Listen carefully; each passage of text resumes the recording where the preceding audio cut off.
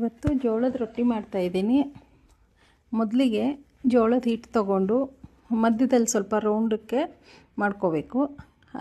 ರೌಂಡಕ್ಕೆ ಮಾಡ್ಕೊಂಡಿರೋದ್ರಲ್ಲಿ ಬಿಸಿ ನೀರು ಚೆನ್ನಾಗಿ ನೀರು ಕುದಿಸ್ಕೊಂಡು ಹಾಕ್ಕೋಬೇಕು. ಹಿಟ್ಟು ಎಷ್ಟು ತೊಗೊಂಡಿರ್ತೋ ಅದ್ರ ಕಾಲು ಭಾಗ ಹಿಟ್ಟು ಈ ಕುದಿಸಿದ ನೀರಲ್ಲೇ ಕಲಿಸ್ಕೋಬೇಕು. ಆಮೇಲೆ ಅದನ್ನು ನೀಟಾಗಿ ಒಣ ಹಿಟ್ಟು ಜೊತೆ ಮಿಕ್ಸ್ ಮಾಡಿಕೊಂಡು ಸ್ವಲ್ಪನೇ ತಣ್ಣೀರು ಹಾಕ್ಕೊಂಡು ಹಿಟ್ಟು ಕಲಿಸ್ಕೋಬೇಕು. ಮೊದಲಿಗೆ ಹಿಟ್ಟು ಸ್ವಲ್ಪ ಗಟ್ಟಿಯಾಗೆ ಕಲಿಸ್ಕೊಂಡು ಆಮೇಲೆ ನೀರು ಸ್ವಲ್ಪ ಹಾಕ್ಕೊಂಡು ಒಂದು ಹದಕ್ಕೆ ಬರೋವರೆಗೂ ಮೆತ್ತಗೆ ಮಾಡ್ಕೋಬೇಕು. ಅದನ್ನು ರೊಟ್ಟಿ ಹಿಟ್ಟು ಚಪಾತಿ ಹಿಟ್ಟು ಥರನೇ ಎಷ್ಟು ನೀಟಾಗಿ ನಾದ್ಕೊಂಡು ಕಲಿಸ್ಕೊತೀವೋ ಅಷ್ಟು ರೊಟ್ಟಿ ಚೆನ್ನಾಗಿ ಬರುತ್ತೆ. ತೀರಾ ಗಟ್ಟಿನೂ ಇರಬಾರ್ದು, ತೀರಾ ಮೆತ್ತಗೂ ಇರಬಾರ್ದು. ಇದೂ ಕಲಿಸ್ಕೊಂಡಾದ್ಮೇಲೆ ಒಂದು ಉಂಡೆ ಅಷ್ಟು ಹಿಟ್ಟು ತೊಗೊಂಡು ನೀಟಾಗಿ ಮಾಡಿಕೊಂಡು ಸ್ವಲ್ಪ ಒಣ ಹಿಟ್ಟು ಹಾಕ್ಕೋಬೇಕು. ಕೆಳಗಡೆ ಒಣ ಹಿಟ್ಟು ಹಾಕ್ಕೊಂಡು ಮೊದಲಿಗೆ ಒಂದು ಕೈಯಿಂದ ತಟ್ಟಬೇಕು.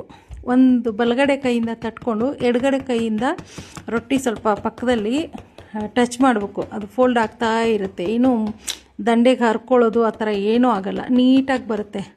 ಆಮೇಲೆ ಸ್ವಲ್ಪ ದೊಡ್ಡದಾದ್ಮೇಲೆ ಎರಡು ಕೈಯಿಂದನೂ ರೊಟ್ಟಿ ತಟ್ತಾ ಇರಬೇಕು.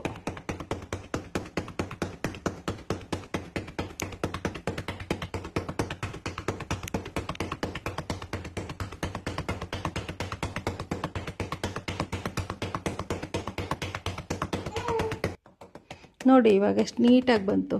ಇಷ್ಟು ತಟ್ಟಿದ ಮೇಲೆ ರೊಟ್ಟಿ ಎತ್ಬಿಟ್ಟು ಬಿಸಿಯಾಗಿರೋ ಹೆಂಚು ಮೇಲೆ ಹಾಕ್ಕೋಬೇಕು.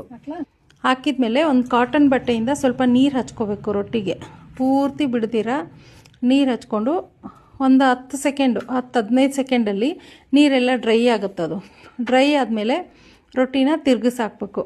ಹಾಗೆ ಎರಡು ಕಡೆಯೂ ಚೆನ್ನಾಗಿ ಬೇಯಿಸಿ ಇನ್ನೊಂದು ಸಲ ತಿರ್ಗಿಸಾಕಿದ್ಮೇಲೆ ಸಾಫ್ಟಾಗಿ ಒಂಚೂರು ಮೆತ್ತಗೆ ರೊಟ್ಟಿ ಹೊತ್ಕೊಂಡ್ರೆ ಪೂರಿ ಥರ ಉಬ್ಕೊಂಡ್ಬಿಡುತ್ತೆ ರೊಟ್ಟಿ. ಒಂದು ಸಲ ಟ್ರೈ ಮಾಡಿ ನೋಡಿ, ತುಂಬ ಚೆನ್ನಾಗಿರುತ್ತೆ.